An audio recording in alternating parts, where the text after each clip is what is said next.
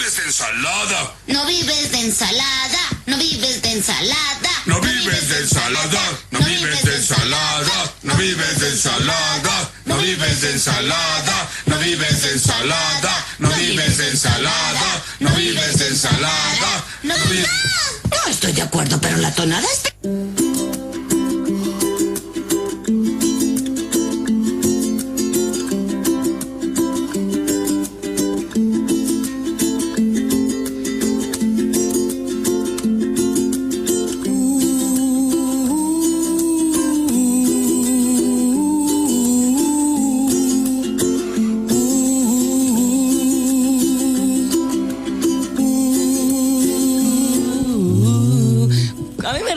Baja 5 cambios esta canción. Hacelo, por favor. Te juro Juli. que fue cuando llegué lo primero. No puedo creer. Es muy bueno. Me cortaste todo el clima, ¿viste? O sea, ¿cómo arranco ahora con no viene de ensalada? No, arranco de la mejor manera. ¿Por qué? Porque no solamente se vive de ensalada, se puede vivir de tarta de naranja. O tarta naranja en realidad, porque es color naranja e incluye muchas cosas, no solo naranja. Dije, bueno, a ver, ¿puedo cocinar algo relacionado a los colores? Ya que la otra vez decíamos. ¿Y qué decíamos de la naranja? ¿Que era bueno para qué? Para la visión y para la piel, habíamos dicho, que te quedabas naranja. ¿De la visión no era el color verde? También por linterna verde, ¿no era, no? ¿La habíamos relacionado? Está bueno igual eso, relacionar para poder acordar. Sí. Por eso ahora traje la tarta naranja para relacionarla con el color naranja y acordarse que es bueno para los ojos y para la piel. Tiene vitamina C. Sí. Y te cura de los resfríos. Claro. Esa es la más popular, la más conocida. Esta, al ser naranja, contiene zapallo, zanahoria y naranja. Esto es dulce, ¿eh? Es una comida dulce. Y Pipo puede asegurar del otro lado que le gustó. ¿Sabes cómo se la comió? A mí no me gusta tanto lo dulce, no soy fanática. Como un poquito, estaba rico. Pero él se lo comió con muchas ganas. Qué lindo que lo coman así igual, me encanta. Es la idea. Le comento entonces los ingredientes. Para la masa, 2 puntos. Margarina, sin leche, ¿no? Obviamente la margarina que contiene aceite vegetal. Azúcar, harina, esencia de vainilla y ralladura de limón. Una taza de cada cosa va a estar más que bien, sería aproximadamente 100 gramos, 150 gramos, para ser más exactos. De todo esto... Se pone todo más o menos lo mismo, entonces. Sí, bien. Sí. Agregás, todo esto es muy simple, o sea, agregás todo y es una masa quebradiza, o sea, no tiene que estar amasada, no tenés que amasar la cosa de que active el gluten y se vuelva esponjoncita, te tiene que quedar crocante. Entonces vos lo único que haces es unir los ingredientes y estirarla sobre la tartera. La tartera son las que tienen como onduladitos los costados. Si no tenés una tartera, ponelo en un molde de torta, sanada, no pasa nada. Pero bueno, le da formita a tartita la tartera. Es un trabalenguas, ¿eh?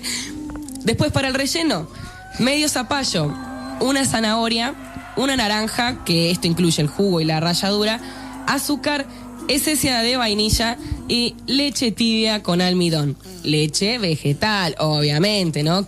Dijimos que hay de avena, que hay de soja, que hay de un montón de cosas, de almendras. La almendra es riquísima, me encanta, esa es muy buena. No la compro porque me la tomo me la compré y la comí. Ni siquiera le hago leche a la almendra, es buenísima, es muy rica.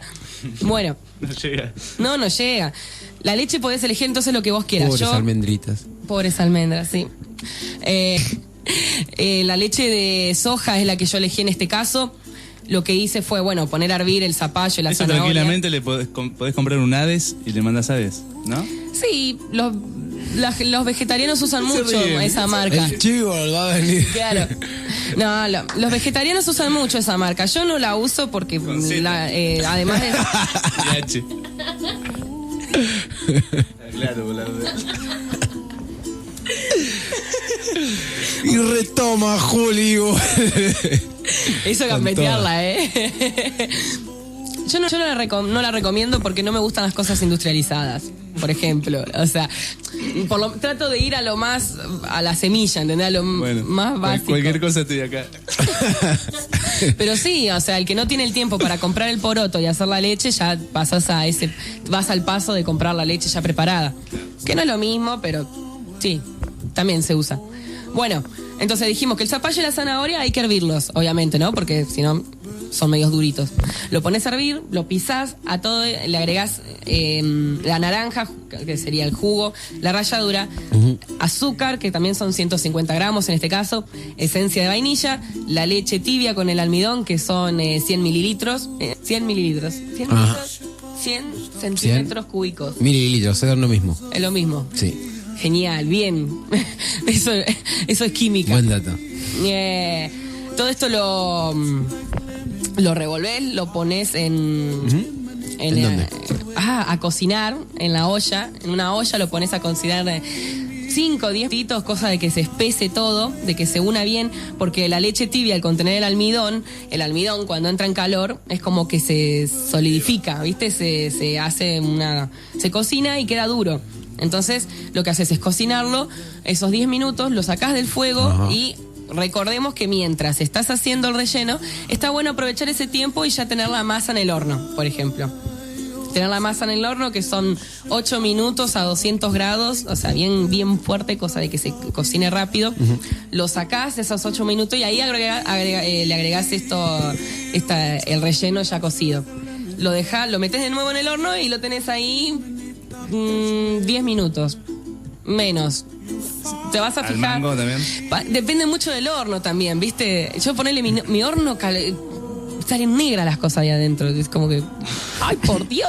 Pasa que es muy nuevo, es nuevito. Y que cocina. Pero por ahí probando menos. El mínimo, no, el mínimo. Menos calor. Está el mínimo. Lo tenía al máximo, ¿viste? Ay, ¿por qué quema tanto? Sale todo quemado. Así que bueno, lo metes en el horno, dependiendo de tu horno. Si lo recomendable es que esté no 10 minutos, si no te va a salir medio negrito. Y lo sacás, lo dejas enfriar y vas a degustar una muy buena tarta dulce con ingredientes no tan comunes, por lo menos en el cotidiano, ¿no? Para hacerlo dulce. Generalmente uno come la tarta de zapallo salada, pero se puede hacer de las dos formas. La verdura y la fruta tiene eso también, que no hay que limitarse en lo salado y dulce dependiendo de la verdura y fruta que sea. Hay algunas en particular que se prestan para eso. Por ejemplo, el zapallo, ¿viste? Que es medio dulzón. Es dulzón, claro. Es dulzón. Sí, sí. Así que bueno, eso fue... El jugo de zanahoria también va. Perdón, eso fue. Sí, la zanahoria depende, a veces te viene dulce, a veces es fea. Espero que les toque unas lindas zanahorias. La página web recomendada del día es www.beoverde.com www.beoverde.com, que de ahí podés sacar un montón de información copada. Yo lo que les traje hoy es la recomendación de hacer un compost. ¿Qué es un compost? El compost es una preparación de tierra con productos orgánicos. ¿Qué son los productos orgánicos? Bueno, son todos aquellos que se pudren en el momento, que son naturales, que no tienen ningún químico en el medio, o por lo menos no tan así alevosamente.